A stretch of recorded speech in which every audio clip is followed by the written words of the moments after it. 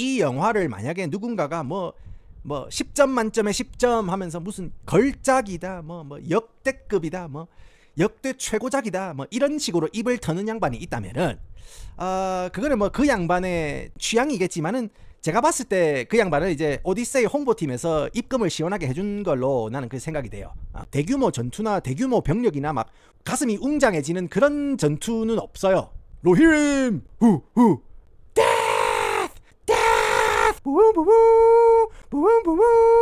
그 로한의 기마병들 쫙 그 마칭 하는 거 있잖아요. 바바바바바바바바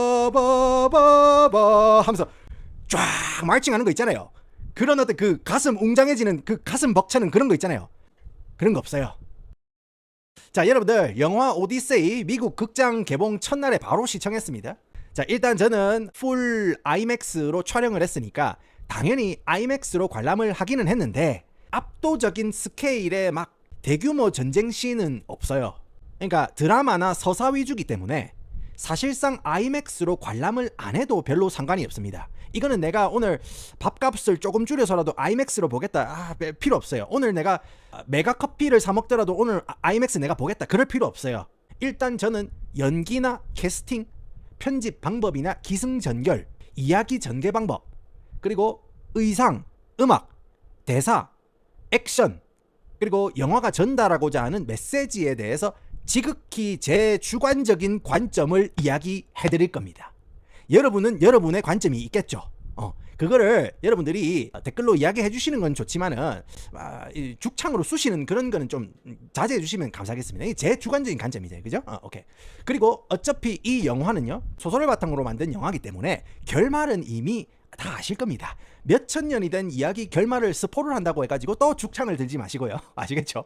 일단 저는 이 영화를 둘러싼 정치적 요소, 그리고 이거에 대해서 어떻게 미국인들이 논란이 일어나고 있는지에 대해서는 전 영상에서 제가 다뤄드렸지만 저는 영화를 사랑하는 사람 입장에서 최대한 열린 마음으로 영화를 관람했다는 점도 알려드립니다. 제가 열린 자세로 이 영화를 봤더라도 이 영화를 만약에 누군가가 뭐 10점 만점에 10점 하면서 무슨 걸작이다, 뭐 역대급이다, 뭐 역대 최고작이다, 뭐 이런 식으로 입을 터는 양반이 있다면은 그거는 뭐 그 양반의 취향이겠지만은 제가 봤을 때 그 양반은 이제 오디세이 홍보팀에서 입금을 시원하게 해준 걸로 나는 그 생각이 돼요.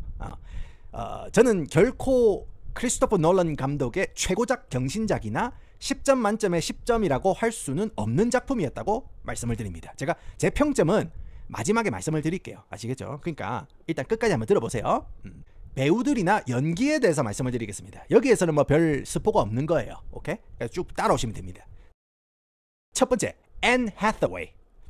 앤 해서웨이 언니. 일단 앤 해서웨이가 가장 돋보였습니다. 이 이야기가 출장 간 남편이, 해외 출장을 간 남편이 거의 20년 동안 집에 안 돌아옵니다. 그러니까 왕좌가 공석이에요. 그래서 아지매가 왕좌에 앉아 있는 거예요. 근데 아지매가 왕좌에 앉아가지고 고군분투를 하는데 아들이 이제 나이가 들면서 가벼운 탐욕으로 권력을 차지하지는 않을까, 그렇게 두려워하는 연기. 그리고 안 그래도 과부라면서 주변에서 껄떡거리는 놈들이 엄청나게 많은데 자기 자신도 그 유혹에 넘어가면은 어쩔까. 남편이 살아있는지 죽어있는지도 모르는 상태에서 20년이 흘렀지만은, 그렇지만은 내가 그 의리를 지키고 살아가고 싶은데 스스로도 그런 유혹에 넘어가면 어쩔까 하는 그런 굉장히 내면적인 연기, 그를 경계하고 두려워하는 연기, 그 어떤 그 처연함이 묻어나는 연기가 굉장히 일품이었습니다. 굉장히 강인하고 지조 있는 여성의 모습을 뛰어나게 소화했습니다. 특히 앤 해서웨이한테 제가 개인적으로 고마운 게 뭐냐면은 진짜로 이제 앤 해서웨이도 나이가 이제 들고 얼굴에 주름도 생기고 이러면은 이제 여배우들 같은 경우에는 좀 시술도 받고 또 보톡스도 시원하게 또 탐 찔러주고 하고 싶잖아요, 솔직히. 그죠? 그런데 얼굴에 주름까지 그대로 보이거든요, 연기할 때. 그래서 이제 얼굴 근육이나 주름으로 드리블을 치는 연기를 보여줘가지고 굉장히 몰입감 있고 인상 깊었습니다, 저는 개인적으로. 그리고 감사했어요. 예. 자, 두 번째, 맷 데이먼. 맷 데이먼이 주인공 오디세우스 역할을 맡았는데 제가 저번 영상에서도 말씀드렸듯이 맷 데이먼은 미국에서 그냥 40대 후반 동네 아저씨 같은 그런 이미지가 있어요. 미국에서는. 한국에서는 아직도 이제 Born 시리즈에서 보여줬던 그런 어떤 그 카리스마 있고 액션씬의 대단한 어떤 그런 맷 데이먼을 생각하시는 분들도 많겠지만은, 그죠? 디파티드에서 보여줬던 그런 어떤 섹시한 어떤 그런 면모를 기억하시는 분들도 많겠지만은, 미국에서는 그냥 후덕한 동네 아저씨 이미지예요. 오케이? 그래서 처음에 캐스팅 콜이 있었을 때 그리스 최고의 지략가이자 신들에 맞서 싸우는 오디세우스 역할을 맡았을 때 저 또한 걱정했던 것도 사실이에요. 솔직하게. 예. 그런데 오히려 그런 동네 아저씨 같은 이미지가 이번 영화에서만큼은 훨씬 도움이 컸다고 생각합니다. 제가 나중에 이 영화 주제에 대해서도 설명을 하겠지만은, 일단 이 영화는요, 악덕 사장 눈치 때문에 사장님이 의학을 죽이면서 처자식 집에 놔두고 원치 않는 해외 출장을 20년을 갔다가 강제로 보내는 거예요. 그런 식으로 악덕 사장 뒤치다거리 죽도록 하고 집에 돌아오는 길에 겪는 개고생을 담은 영화가 바로 이 영화거든요. 그런데 굉장히 현실적인 가장의 애환을 고대 그리스 배경으로 잘 풀어나가는 거예요. 근데 만약에 이 영화가 이야기가 주제가 아니고, 만약에 이 영화가 일단 뭐 캐릭터 자체가 위대하고 멋있는 영웅으로 만들려고 했으면은 맷 데이먼한테는 안 어울리는 게 맞아요. 차라리 크리스찬 베일이라든지 톰 하디나 브래드 피트 같은 그런 스타일이죠. 그냥 캐릭터 자체가 서사를 잡아먹을 정도로, 압도할 정도로 장악력 있는 배우, 그런 양반들을 쓰면은 간단하게 일처리가 가능해요. 근데 이 영화는요, 맷 데이먼이 연기한 그 오디세우스 캐릭터가 주라기보다도 오디세우스의 여정이나 그 여정에서 겪는 일련의 사건들로 한 가장의 내면이 어떻게 변하는가를 담는 영화라 가지고, 사실 맷 데이먼이라는 그 껍데기가 문제가 아니에요. 맷 데이먼의 육신이 온 힘을 다해 가지고 들고 뛰는 아버지의 집념이 주라는 거예요. 근데 이 영화만큼은 맷 데이먼이 맞는 게 그렇게 부자연스럽지는 않다. 그리고 그거를 상당히 훌륭하게 잘 표현하긴 했습니다. 예. 그러니까 맷 데이먼이 연기를 잘해가지고 그런 어색함까지 캐리를 했다. 뭐 이 정도로 평가하겠습니다. 아시겠죠? 자, 다음이 바로 로버트 패틴슨. 와, 저는 굉장히 좋았어요. 예, 굉장히 좋았습니다. 일단 로버트 패틴슨이 맡은 역할이 강인한 전사가 아니에요. 그러니까 이 캐릭터는 야부리로 모든 것을 해결하는 간사하고 비열한 인물입니다. 그러니까 빈집털이를 하려고 하는 비열한 인물이거든요. 그러니까 지금 왕이 부재한 상태에서 권력을 얻기 위해서 자기보다 몇 달이 한참 나이가 있는 앤 해서웨이 언니를 겉으로는 사랑하는 척 연기를 하고 그 뒤에서는 젊은 시녀들이랑 노닥거리는, 그러니까 돈과 권력 때문에 슈가마미를 노리는 어떤 그 비열한 제비의 역할을 하는 거죠. 뭔 말인지 알겠죠? 제비예요. 그냥 제비. 오케이? 앤 해서웨이 언니한테 공사를 치는 그 과정이 굉장히 야비하고, 그런데 실제로 위대한 인물인 오디세우스 왕하고 실제로 맞닥뜨렸을 때는 아무런 힘도 발휘 못하는 찌질함까지 굉장히 잘 소화를 했다. 자, 그러면은 여러분들 지금부터는 꽉 잡으세요. 꽉 잡으세요. 내려간다. 꽉 잡아요. 예, 그렇죠. 오케이. 다음이 누구냐? 톰 홀랜드. 톰 홀랜드. 크리스토퍼 놀란 설렜니? 지금까지 내가 띄워주니까 좀 설렜니? 잘 들어봐. 오케이. 톰 홀랜드가 그 스파이더맨이잖아요. 스파이더맨. 극 중에서 오디세우스, 그러니까 맷 데이먼이랑 앤 해서웨이의 아들내미로 나와요. 그리고 엄청 핵심 인물이에요. 왜냐? 오디세우스가 악덕 사장 지시로 해외 출장을 갔을 때 톰 홀랜드가 그때 갓난 애기였어요. 그러니까 앤 해서웨이가 아이고 톰 아버지요, 아이고 이제 막 태어났는데 어디 해외를 그 출장을 간답니까? 내 과부되면 어쩝니까? 이렇게 이야기하는 그 굉장히 현실적인 씬이 나옵니다. 그러면은 맷 데이먼이 그래도 요번에 안 가면은 우리 다 개죽음 당하는데 그래도 가야 안 되겠나? 돌아올지 안 돌아올지 나는 잘 모르겠는데 그래도 가야 된다. 앤 해서웨이가 바로 빠마리를 팍 때려요. 그런 무책임한 말이 어디 있는겨?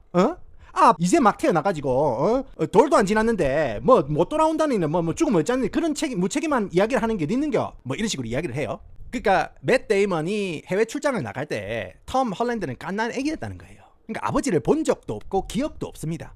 그냥 엄마나 스승들이나 예전에 아버지 밑에서 일했던 사람들 있죠. 그 직원들 있죠. 그 신하들. 그런 사람들이 이야기해주는 전설로만 알고 있는 사람이 바로 아버지예요. 그런데 아버지가 해외 출장을 가고 공석일 때 소년에서 남자로 성장하는 그 성장하는 모습을 보여주는 역할이라는 거죠. 그리고 아버지가 돌아왔을 때 같이 싸우는 역할이라는 거예요. 오케이? 그런데 일단 연기가 한계가 있는 거예요. 마블 어벤져스에서 보여줬던 그 어린 스파이더맨 있죠. 예, 그러니까 아이언맨이 어린 스파이더맨을 데리고 다니면서 마치 아버지 역할처럼 츤데레를 조지는 연기를 주고받았지 않습니까? 그때 그거랑 거의 비슷한 연기예요. 그러니까 육체적으로나 정신적으로나 연약한 청소년 아들인데 이 친구가 어떤 사건으로 인해서 각성을 하고 자기 왕으로서 위대한 오디세우스의 후계자로서 비범함을 딱 갖춰야 하는 그 시점이 영화에서 딱 생겨요. 임팩트 있는 그 순간이 딱 있어요. 나는 이제 애기 티를 벗고 후계자로서의 어떤 그런 비범한 면모를 딱 보여야 하는 시점이 영화에서 딱 생긴다고. 그런데 그런 비범함이 전혀 없는 거예요. 전혀 없어. 그냥 일단 목소리 자체가 너무 얇고, 그죠? 너무 어리더리 한 남자가 있어. 갑자기 너무 얇고 어릿해가지고 시대극에서 더욱더 중요한 몰입이 완전히 깨집니다. 내가 지금 김종국 씨 노래를 갑자기 불렀잖아요. 여러분들 몰입이 확 깨지죠? 그런 거예요. 오케이? 진짜로 내가 사투리로 막 이야기하고 있는데 한 남자가 있어 해보세요. 몰입이 확 깨지잖아요. 그런 느낌이에요. 영화에서 톰 홀랜드 나올 때마다. 그리고 이전 영화에서랑 똑같은 헤어스타일로 나와요. 아무리 이게 현대적 감성으로 재해석한 영화라고 하더라도 톰 홀랜드는 시대극 속에서 완벽하게 이렇게 버무려져 있는 게 아니고 그냥 혼자 시대극에 꼽아놨다는 그런 이질감이 상당했어요. 예. 그리고 예고편에서 이미 논란이 된 그 daddy라는 단어를 쓴다는 거예요. 그러니까 아버님께서 귀향길에 외눈박이 괴물을 목도하셨다 하옵니다. 이렇게 하면 우리가 사극이 익숙한 톤이고 단어잖아요. 근데 아빠가 집에 오는데 외눈박이 괴물인가 뭔가 걔랑 엮였다는데 실화임? 이런 식으로 들린다는 거예요. 그러니까 처음에는 예고편에서 daddy라는 단어가 나왔을 때 이거는 좀 논란이 많았어요. 그러니까 저도 처음에 그걸 듣는데 저는 이제 그걸 영어로 듣잖아요. 더빙이 아니고 영어로 다 듣고 이해를 하는 입장이잖아요. 그러니까 저는 이제 미국에 오래 살았으니까 그 daddy라는 단어가 주는 그 말의 무게라든지 느낌이라든지 그걸 정확하게 알고 있잖아요. 그래서 처음에는 이게 솔직히 굉장히 거슬렸어요. Daddy will come home 뭐 이런 식으로. 그러니까 근데 이후에는 조금 적응이 되긴 합니다. 적응이 되긴 하는데 이 편집 과정이 굉장히 아쉬운 게 초반 30분 사이에 Daddy coming back? 아빠 집에 오는 거 맞지? 이 대사를 진짜 수없이 반복을 해요. 수없이 반복을 해. 그래서 굉장히 피곤함이 느껴집니다. 그러니까 필요 이상으로 억지로 아빠에 대한 동경이나 그런 의식을 갖다가 주입시킨다는 게 좀 피곤하고 불편했습니다. 네. 자, 준비되셨습니까, 여러분? 그 다음이 젠데야입니다. 젠데야. 예. 젠데야는요, 여러분들, 그 역할이 뭐냐면은 굉장히 좀 비중 있는 역할입니다. 실제 씬은 그렇게 길지 않아요. 그런데 이 역할이 뭐냐면은 기고만장하고 다소 경솔한 오디세우스, 심지어 신들한테도 도전을 하는 그런 오디세우스, 그런 오디세우스가 퇴근길에 여러 가지 고난을 겪는 과정에서 깨우침을 주는 존재가 아테네 여신이라는 거예요. 그리고 이 아테네 여신을 갖다가 젠데야 언니가 연기를 했거든요. 그런데 원래 여러분들 모름지기 사람이라는 게 이 꾸미지 않더라도, 내가 이걸 시도를 하지 않더라도, 하물며 아무 말 안 하고 가만히 있어도 뿜어져 나오는 아우라가 있잖아요. 특유의 아우라가 있다고. 뭔 말인지 알겠죠? 이미숙 씨가 하하하하 그래요 하다가 갑자기 사극 톤으로 딱 바꿨을 때, 표정이라든지 이런 걸 딱 바꿨을 때 바로 중전 마마의 어떤 그런 느낌이 딱 들잖아요. 도지원 씨가 막 웃다가 갑자기 정색하면서 딱 이렇게 각을 취하면은 중전 마마의 느낌이 탁 나잖아. 뭔 말인지 알겠죠? 너무 오래됐나? 얘가 너무 오래됐습니까? 그러니까 비범함을 갖다가 애써 연기를 안 해도 그냥 그 분위기 자체로 압도하는 맛이 있어야 되는데 그게 바로 신이라는 존재라는 거죠. 신이라면은 모름지기 그 존재만으로도 압도하는 아우라가 있어야 되는데, 뭐 예를 들어 가지고 서양 쪽으로 하면은 이제 케이트 블란쳇 언니 있죠. 반지의 제왕에서 갈라드리엘 연기를 하면서 보여줬잖아요. 뭔가 이 세상의 존재가 아니고 더 신적인 존재. 그게 바로 이제 케이트 블란쳇 언니가 연기했던 반지의 제왕에서 연기했던 갈라드리엘 연기 아니겠습니까? 그때 케이트 블란쳇 언니가 32이었습니다. 예, 뭐 40둘도 아니고 50둘도 아니고 32이었어요. 그런데도 그런 아우라가 뿜어져 나오잖아요. 그러니까 나이가 중요한 게 아니라는 거예요. 오케이? 근데 이 영화에서 젠데야는요, 진짜 막 애써 막 전지전능한 척, 애써 고귀한 척 연기하는 게 사실 굉장히 이질감을 많이 느끼게 했어요. 예. 특히 영화 속 한 장면 중에 그 경솔한 오디세우스를 띠껍게 꼽주는 장면이 있거든요. 그 장면에서는 저는 개인적으로 오만한 오디세우스의 그 선택에 대해서 실망한 표정을 짓지만은 그 실망한 표정 뒤에는 너는 이거보다 더 잘할 수 있는 사람이다 라는 그런 더 나은 사람이다 라는 그런 온화한 면도 같이 존재해야 한다고 생각을 하는데, 역시나 젠데야의 연기력으로는 그것까지 커버할 수는 없었다. 아니 돌시야, 놀란 감독이 캐스팅했는데 뭐 젠데야한테 그런 이야기를 하면 안 되지. 그거 내가 캐스팅 미스라니까. 그거는 캐스팅 미스라고요 그게. 그래서 몰입감이 상당히 떨어졌습니다. 제 지극히 개인적인 생각입니다. 영화를 보시는 분은 제가 뭔 말하는 건지 아실 겁니다. 젠데야에 대해서. 왜냐면은 샤를리즈 테론 언니 있죠. 샤를리즈 테론 언니. 샤를리즈 테론 언니가 바다의 요정 칼립소로 나오거든요. 칼립소로 나오는데 샤를리즈 테론 언니는 분위기 자체로 그냥 봐도 이 언니는 비범한 존재다. 이 언니는 약간 신적인 존재다. 그런 아우라가 느껴져요. 이 세상 사람이 아니다. 그게 딱 들어옵니다. 그 다음 여러분들 준비되셨습니까? 자, 이 영화 최고의 논란의 캐스팅 중에 하나죠. 스파르타 최고의 미녀, 그리스 최고의 미녀이자 트로이 10년 전쟁의 명분을 제공한 경국지색의 미인 헬레나 역을 맡은 루피타 뇽고 언니입니다. 자, 루피타 뇽고 언니가 이 영화에서 1인 2역을 맡았어요. 그리고 그 두 역할이 쌍둥이지간이에요. 이거를 두 명을 다 루피타 뇽고 언니가 연기를 한 거예요. 그리고 그 쌍둥이 중에 한 명이 이제 트로이로 야반도주를 했던 경국지색의 헬레나. 분량면으로는 그렇게 많진 않아요. 그러니까 비중 있는 역할은 아니지만은 작품이 전달하는 메시지를 전달하는 매개체 정도로 영화에서 소비가 됐거든요. 그러니까 헬레나로 대변되는 여성은 남성의 권력과 욕심에 희생된 존재, 그런 메시지를 전달하기 위한 매개체로 사용이 됩니다. 그러니까 루피타 뇽고 언니가. 그리고 헬레나를 우리가 줄곧 금발의 백인으로 알고 있었잖아요. 그렇기 때문에 이제 흑인 배우가 헬레나를 맡았으면 조금 이질감이 있을 수 있잖아요. 사람인데. 그리고 당연히 이질감이 있긴 해요.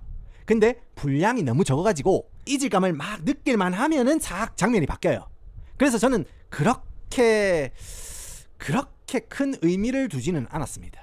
영화관에서 보면은 한숨 쉬는 사람들도 있었어요. 근데 저는 뭐 그렇게 크게 의미를 두지는 않았다. 왜냐면은 이게 막 극 전체의 흐름을 완전히 바꿀 만한 어떤 그런 역할은 아니었기 때문에.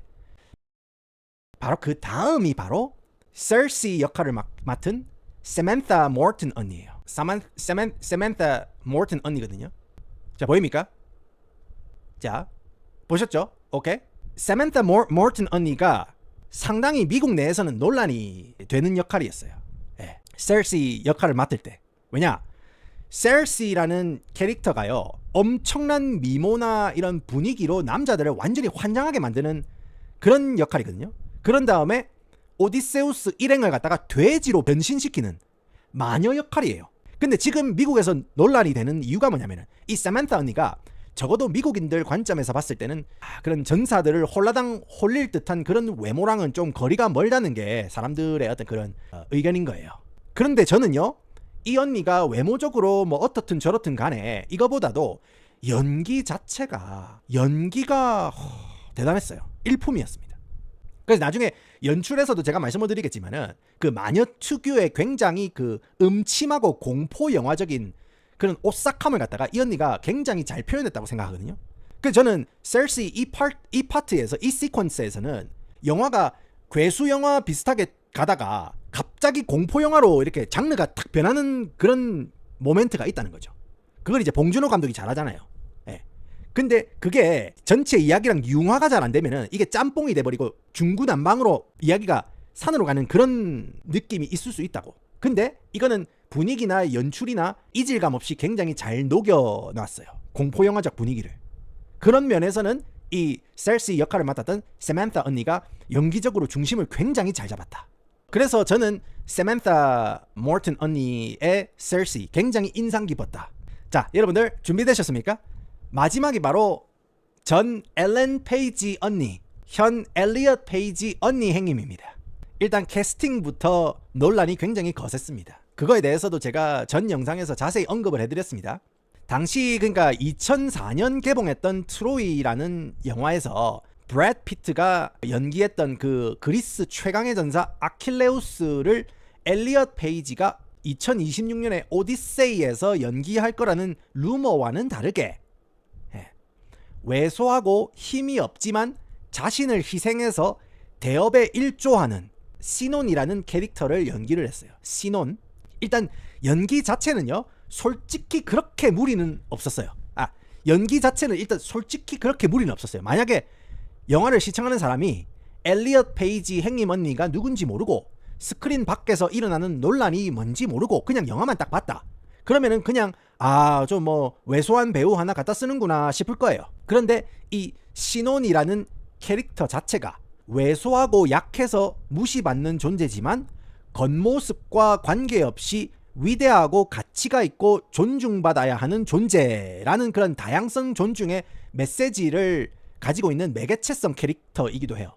그리고 그거를 엘리엇 페이지 행님 언니가 굉장히 잘 소화를 했다. 그런 개인적인 생각은 있는 겁니다. 그런데 저는 배경이나 뒷이야기를 알잖아요. 그래서 그 엘리엇 페이지 행님 언니의 연기를 딱 봤을 때 좀 인간적으로 좀 측은한 마음. 왜냐면은 남성으로 보이고 싶어 하는 연기. 그리고 극 중에서 시논이라는 캐릭터도 연기를 해야 돼. 그러니까 연기 두 개를 동시에 이중으로 하고 있다는 생각이 굉장히 짙었어요. 그러니까 어딘가 모르게 굉장히 측은하고 안타까운 마음이 있었습니다. 저는 개인적으로 그랬어요. 자, 그래서 지금부터는 영화 기승전결이나 편집에 대해서 말씀을 드려보겠습니다. 일단 처음에 영화 시작하고 40분 정도는요, 장면 전환이나 이게 너무 빨라요. 장면 전환이 너무 빨라. 컷 장면이 파파파파 너무 빠르게 그래서 이거는 배우들 연기를 볼 시간도 없이 그냥 컷으로 장면 전환이 너무 빠릅니다. 뭘 보는 것 같았냐면은 예고편 여러 개를 다다다다 붙여놓은 그런 느낌이에요. 그러니까 예고편은 짧은 시간에 빠르게 이야기를 전달하고 그 예고편을 보는 사람으로부터 그 흥미를 유발하게 하는 그게 목적이잖아요. 그래서 장면이 빠르게 팍팍팍 지나가잖아요. 딱 그런 느낌입니다. 아마도 그 긴 영화 러닝타임에 어려움을 겪는 이 쇼츠나 틱톡이나 인스타그램에 익숙한 세대들이 빠르게 영화에 3시간짜리 영화에 몰입할 수 있도록 그런 식으로 편집 컨셉을 잡았는지는 모르겠어요. 그런데 욕할 시간 안 주고 장면 스킵으로 햇빛 이동 후 스토리만 전달. 이거 예리한 거예요. 왜냐면 처음에 시작하자마자 트래비스 스캇, 그 흑인 래퍼 있죠. 트래비스 스캇, 그 다음에 아시아인 병사, 데디, 그런 식으로 이제 논란될 만한 그런 다양성 캐스팅 있죠. 그런 다양성 캐스팅 인물들이 바바바박 지나갑니다. 어느 정도 맞는 말이에요. 그리스 신화의 아시안 병사, 아시아 병사 나오고요. 상당히 비중 있는 역할로도 나와요. 아시아 병사가 반란군 병사 중에 한 명도 있긴 있고, 오디세우스의 그 정예부대 있죠. 정예부대원 중에 아시아 병사가 또 있어요. 꽤 오랫동안 생존합니다. 자, 그러면은 제가 뭐 아까도 말씀드렸듯이 영화 편집이 너무 빠르다. 컷으로 너무 장면이 빠르게 변해가지고 저같이 이제 구도라든지 연기라든지 미술적 요소까지 세밀하게 보는 거를 즐기는 클래식 영화 팬들은요, 굉장히 산만한 느낌을 받을 수 있겠다 싶었어요. 그래서 오히려 그런 점이 몰입을 저해하는 느낌이었어요. 그러니까 그 오디세우스가 트로이에서 잠입 작전을 같이 했던 그 특수대원들이 있었을 거 아닙니까? 잠입 작전을 했던 특수대원들. 그 특수대원들 중에 김 부장님이라고 있어요. 같이 이제 작업을 했던 김 부장님. 근데 김 부장님은 이미 작업이 끝난 다음에, 해외 출장이 끝난 다음에 이제 집에 돌아왔어요. 그런데 본격적으로 톰 홀랜드가 아버지가 집에 안 들어오니까 아버지는 도대체 어떤 사람이었습니까? 알고 싶어가지고 아버지랑 같이 해외 출장에서 작업을 쳤던 김 부장님 섬으로 출항을 하는 그런 시점이 있어요. 그거는 이제 영화적으로 봤을 때 엄마 품에서 살았던 애가 독단적으로 자기의 어떤 그런 인생에 대한 결정을 하고 밖으로 나가는 어떤 시점이라는 거죠. 그때부터는 확실히 장면을 길게 뽑아주긴 해요. 근데 영화 전체적으로 굉장히 컷 편집이 빠르고 호흡이 짧아서 아쉬웠다. 그리고 일단 이 영화는요, 이전에 크리스토퍼 놀란 감독 영화들처럼 그냥 시간을 갖다가 막 초단위 분단위로 쪼개가지고 너네 대가리로 이거 이해할 수 있겠니? 이런 식으로 막 라이트한 영화 팬들은 이게 뭘 본 건지 이해도 못할 정도로 영화를 베베 꼬우는 감독이잖아요. 근데 이 영화는 사실 그렇게 어렵지 않아요. 어렵지 않습니다. 이야기가 두세 갈래로 나누어지긴 합니다. 그러니까 한 가지는 이제 퇴근길에 표류돼가지고 정신이 완전히 혼미해진 오디세우스를 대포집 아지매가 구해줘요. 퇴근길에 술이 떡이 돼가 정신 나간 거예요. 아버님이. 가지고 길에 누워있는데 대포집 아지매가 길에 지나가다가 왜 그렇게 누워있어요? 아유 추워요. 입 돌아가요 하면서 대포집으로 데리고 온 거예요. 오디세우스를 구해준 거예요. 오디세우스가 깨어났는데 대포집 아지매한테 퇴근길에 이런저런 일이 있었습니다. 외눈깔이 괴물한테 잡아먹힐 뻔하고 이런 식으로 신세한탄을 하는 거예요.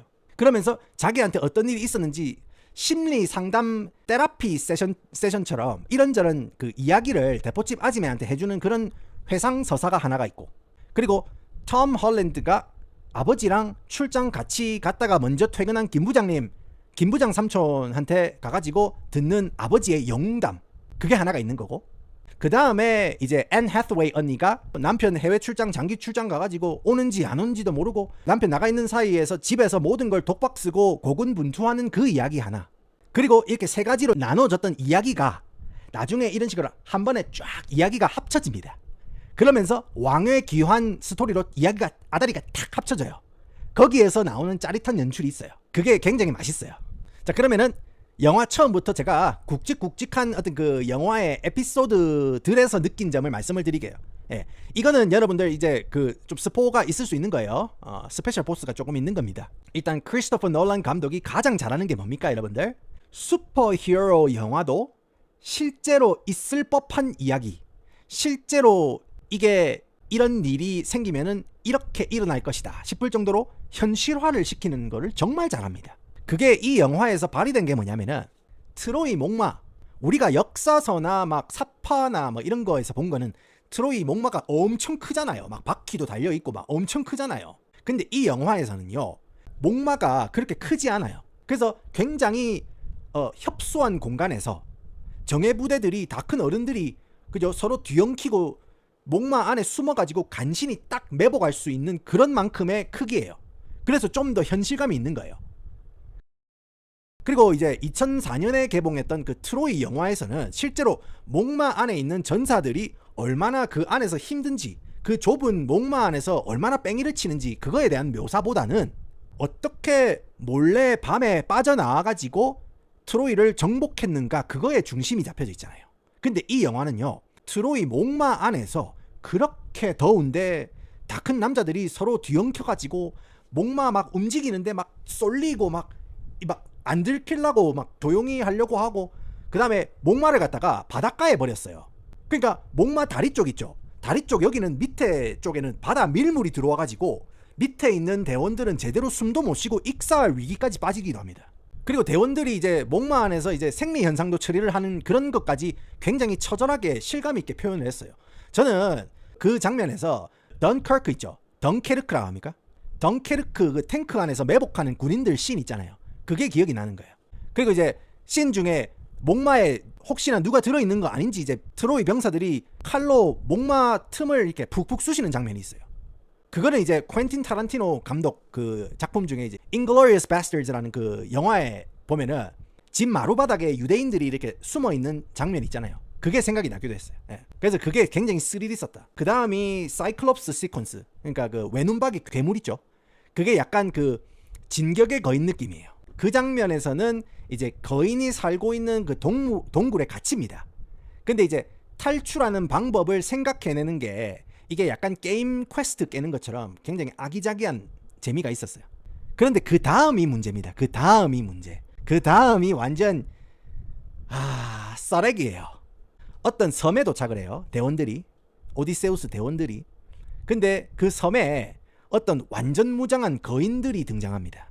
근데 거인들이 무슨 저쪽에 그저 샤시집에서 대량으로 DC 받아가지고 맞춘 듯한 그런 스된 갑옷을 입고 막 쫓아와요. 막 뛰어와요. 그러니까 저쪽에 샤시집이 여러 개야. 샤시집이 여러 개인데 저 집에서 대량으로 맞추면 DC를 해준대. 그래가지고 헐값에 대량으로 샤시를 바바바 맞춘 거야. 그 갑옷을 오케이? 스댕으로.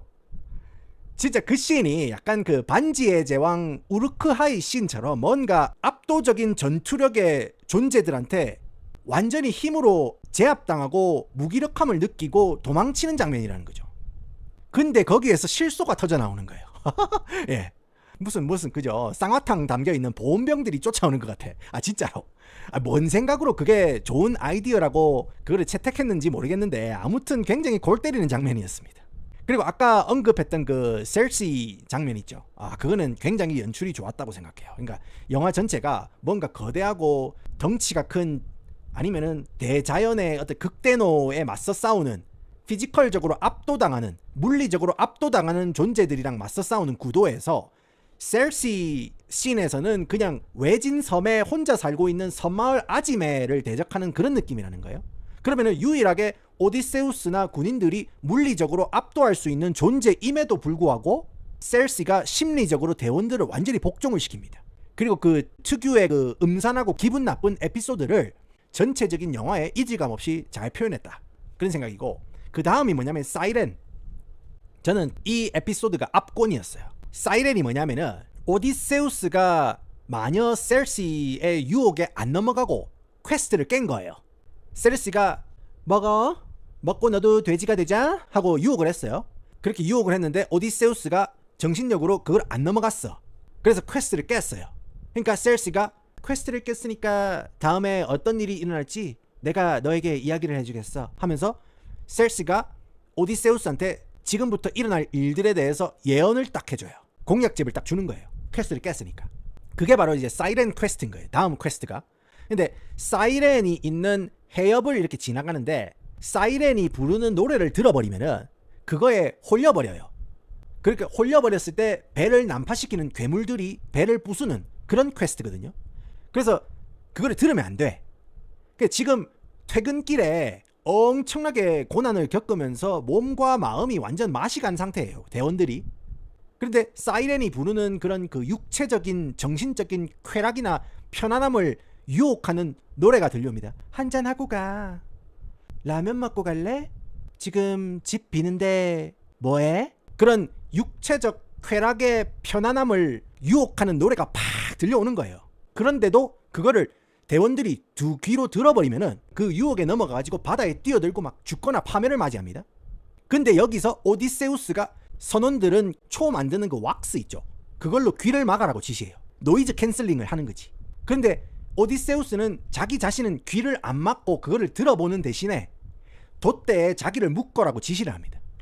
그러니까 그런 압도적인 유혹에 옛날 같으면은 자만심으로 내가 낸데 하면서 그냥 자기 의지력으로 내가 버틸 수 있는데 이러면서 거들먹거렸을 건데 이번에는 완전히 거들먹거리지는 않고 자신을 묶어라고 합니다. 예. 그래서 이제 그 유혹에 안 넘어가려고 그렇게 막 뿌리치는 거를 선원들은 귀에 밀랍으로 귀를 틀어 막았잖아요. 근데 그때 영화적으로 음향을 갖다가 마치 보는 사람도 귀를 막은 것처럼, 그죠? 물에 들어가 있는 것처럼 음향을 갖다가 먹먹하게 그렇게 설정을 해요. 그래서 배에 묶인 채로 그 노래를 듣고 있는 오디세우스가 막 절규를 하는 그런 소리는 안 들리는데 오디세우스가 유혹에 안 넘어가려고 막 절규하는 그 모습만으로 영화가 채워져요. 그래서 그런 식으로 음향을 갖다가 적재적소에 정말 잘 활용해가지고 영화 몰입도가 진짜 엄청났거든요. 최근에 놀란 감독이 스벤 그 양반이 이제 음악한 이후로 소리가 너무 시끄럽다는 평이 있는데 저는 개인적으로 그렇게 소리가 크다는 느낌은 아니었어요. 자, 그 다음에 의상이나 갑옷 같은 경우에 이게 고증이 전혀 안 맞다는 거 알고 있어요. 근데 꽤 세련되게 잘 뽑았어요. 특히 그 그리스의 왕 오디세우스를 강제로 해외 출장 데리고 온 본사 사장님, 악덕 사장님 아가멤논 갑옷 같은 경우에 딱 눈에 띄고 현란하게 잘 만들었어요. 근데 그거를 입고는 절대 전투를 못할 것 같은 그런 화려함으로 만들었어요. 그리고 내용상 그게 맞아요. 왜냐면은 그 영화를 보면은 허드렛 일이나 막 실제 막 몸으로 뛰는 전투는 오디세우스나 실무자들이 진짜 개같이 온몸에 피 묻혀가면서 일하고, 아가멤논은 딱 승리의 순간에 깔끔한 갑옷을 A급 전투복 딱 입고 영광을 차지하거든요. 그래서 설득력 있는 설정이었다. 그렇게 봅니다. 나는 그렇게 따지고 싶지는 않아요. 그거에 대해서는. 그런데 톰 홀랜드가 문제예요. 톰 홀랜드가 간간히 입고 나오는 그 트레이닝용 갑옷이 있어요. 그거는 진짜 막 테무나 알리익스프레스에서 돈 몇천 원 주고 산 그 중세 코스튬 있죠. 그런 거 같은 거예요. 굉장히 엉성한 갑옷이에요. 그냥 톰 홀랜드가 나오는 그 구간 자체는 전체적으로 이질감이 많았습니다. 그리고 이 영화가 다른 중세나 역사극이랑 다른 점이 대규모 전투나 대규모 병력이나 막 웅장한 성의 모습이나 뭐 드론으로 쭉 땡겨가지고 촬영하는 그런 압도적인 가슴이 웅장해지는 그런 전투는 없어요. 압도적인 스케일이나 장면 그런 거 없습니다. 그러니까 딱 인물들이나 구성원들 시각으로 볼 수 있는 그 시야만큼의 배경이나 병력이나 성의 모습을 보여주거든요. 그런 점에서 여러분들이 무슨 뭐 대서사시나 뭐 대규모 전투씬 이런 거 기대하고 가시면 굉장히 실망할 겁니다. 그러니까 막 그 반지의 제왕에 나오면은 그죠, 로히림 후후 데스 데스 하면은 부부부부 부부부부 부부부부부부부부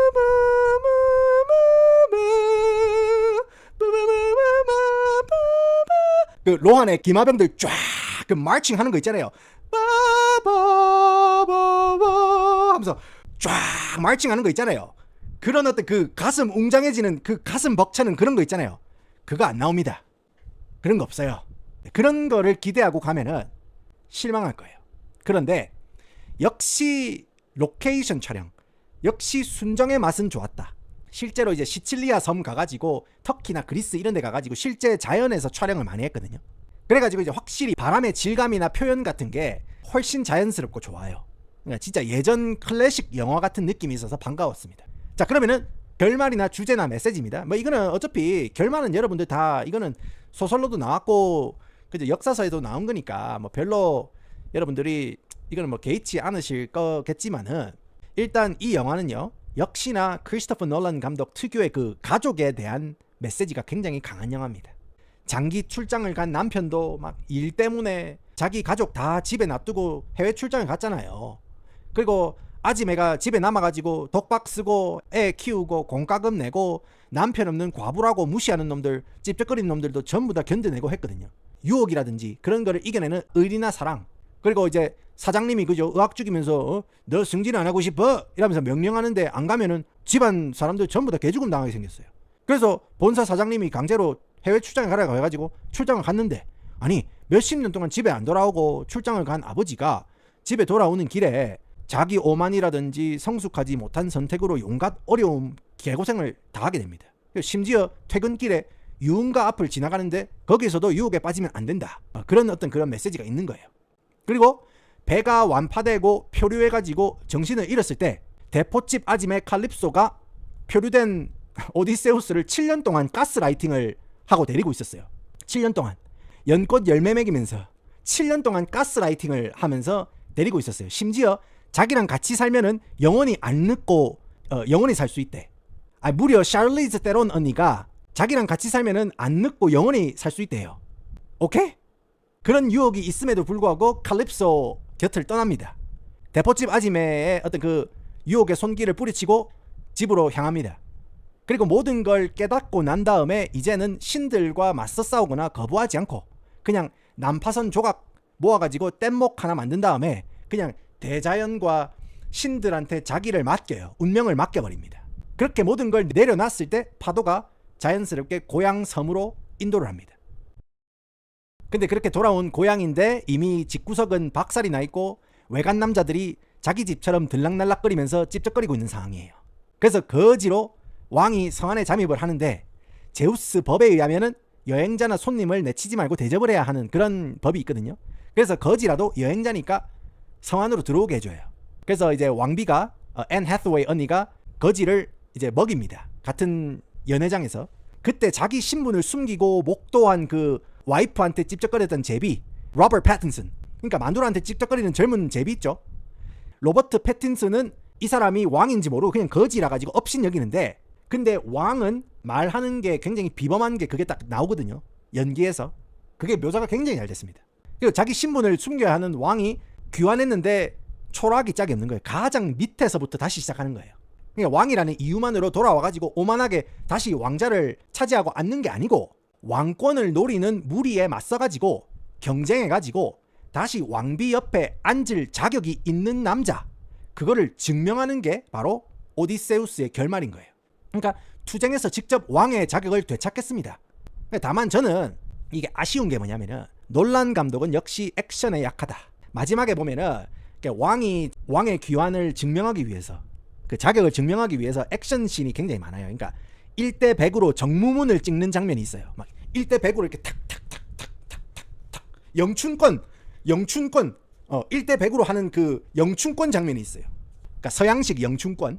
근데 아무리 이 감독이 현실감 있게 이거 영화를 만들고 싶다고 하더라도 이 액션 씬에 타격감이 없고 좀 메가리가 빠지는 느낌이 있어요. 그러니까 액션이라고 하면은 보는 이가 딱 실제 주인공 입장에서 타격을 하는 것 같이 이래가지고 누가 이렇게 탁탁탁탁 하면은 몸이 막 움찔움찔거리는 무언가가 있어야 되잖아요.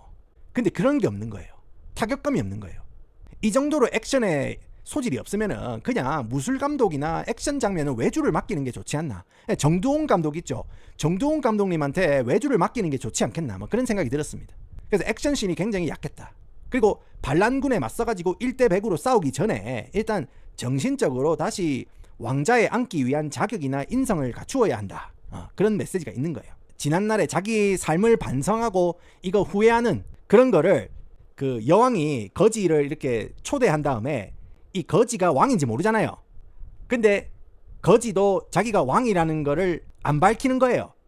나는 오디세우스랑 같이 해외 출장을 갔던 팀원 중 한 명입니다 하고 이제 전쟁에서 있었던 그 이야기들을 앤 해서웨이 언니, 그러니까 와이프한테 이야기를 해주는 그런 장면이 있어요. 블라인드를 사이에 두고. 근데 앤 해서웨이는 아직 자기 남편인지를 모르잖아요. 그 장면에서 오디세우스가 이제 트로이를 함락시키기 위해서 사용한 트릭 있잖아요. 그러니까 함락시킨 후에 저지른 수많은 살생이나 약탈, 그런 거에 대해서 이런 식의 폭력이 도대체 무슨 소용이 있나, 정말로 이런 폭력이 가치가 있었던 일인가, 그런 식으로 이제 윗대가리에서 시키니까 기계적으로 한다고 하지만은 결국 어쩔 수 없다는 명분으로 자기 또한 손에 피를 묻히고 너무 많은 희생을 이용했다. 그런 주제의식을 이제 앤 해서웨이 언니한테 블라인드 사이에 두고 이야기할 때 그거를 이제 강력하게 피력을 하거든요. 그리고 그 대가로 퇴근길에 그렇게 호댕이 당하고 결국에는 겸손한 마음이 되었을 때 진정한 왕의 자격을 얻는 그런 점을 강조하지 않았나. 그렇습니다. 그래서 일단 전체적으로 어렵지 않고 술술 풀리는 이야기입니다. 어렵지 않아요. 어렵지 않은 영화입니다. 지루할 만할 때 사건이 터지고 지루할 만할 때 사건이 또 터지고, 그러니까 특히 대포집 여사장 그 칼립소 언니한테 오디세우스가 이제 심리 상담 받을 때는요, 그 예전에 캐리비안 해적에 보면은 그 잭 스패로우가 사막에 자기 꿈인가 거기 갇혀가지고 신기루를 보는 그런 시퀀스가 있잖아요. 근데 그거는 굉장히 지루하다는 거지. 근데 오디세이에서는 그런 장면이 있기는 하지만은 그거를 길게 안 끌고 바로 회상 장면으로 가는 겁니다. 그래서 러닝 타임이 3시간 가까이 되는데 지루하다는 생각은 안 들었어요. 그런데 이전 놀란 감독 작품들에 비해서 그렇게 뛰어난 작품은 아니다. 그러나 오락적 가치는 충분했고 실제로 재미도 있었다. 그래서 참고로 인터스텔라가 8.7점이고 인셉션이 8.5점이라고 하면, 그렇다면 오디세이는요 7.1점 정도, 딱 그 정도 주겠습니다. 자, 7.1점 정도 주겠습니다. 저는 개인적으로 재밌게 봤다. 재밌게 봤는데 놀란 감독의 영화를 굉장히 다회차 시청하고 오랫동안 봐온 그런 팬의 입장에서는 7.1점 정도, 이게 정말로 좋은 가족의 끈끈함을 보여줄 수 있는 정말 좋은 주제였음에도 불구하고 인셉션이나 인터스텔라가 줬던 그 가족이 재회했을 때 그때 느꼈던 여운 그리고 먹먹함, 그런 게 없었어요. 이 영화에서는 재미적으로는 좋았어요. 그런데 마지막에 그 모든 영화의 주제를 관통하는 그 가족의 재회 장면 탁 터뜨렸어야 했을 때 그게 너무 비중이 적고 여흥이 없다. 그래서 나는 이게 7.1점밖에 줄 수 없었다. 그런 말씀을 드립니다. 근데 이제 놀란 감독의 영화를 뭐 자주 안 보거나 별로 관심이 없는 사람들은 이 영화를 봤을 때 8.9점도 줄 수 있다고 생각합니다. 근데 저는 7.1점. 근데 여러분들 뭐 평점 이런 거 너무 연연하지 마세요. 그러니까 사람마다 느끼는 바가 다를 거 아닙니까? 저는 이제 에비덴 입장에서 그거를 딱 봤을 때 굉장한 이 공감? 아빠라고 해가지고 밖에 나가가지고 일한다고 해가지고 집에서의 존경을 강요할 수 없는 거예요. 무조건적인 존경을 강요할 수 없는 거예요. 그거를 집에서도 증명을 해야 되는 거예요. 그거에 대해서 엄마도 마찬가지죠. 엄마도 앤 해서웨이가 연기했던 페넬로피의 어떤 그 이야기도 마찬가지죠. 모든 어떤 집에 있는 책임을 짊어지는 거고, 아버지는 밖에 나갔을 때 직장에서 쿠사리 맞고, 그죠? 무시당하고 그런 것들 있잖아요. 그런 걸 다 겪고 집에 들어왔을 때 무조건적인 존경을 강요하지 말라. 그래서 이제 보는 사람마다 관점이 다를 수 있잖아요. 그렇기 때문에 여러분들 평점으로 영화 보시지 마시고 일단 나는 보고 싶다 그럼 보세요. 예.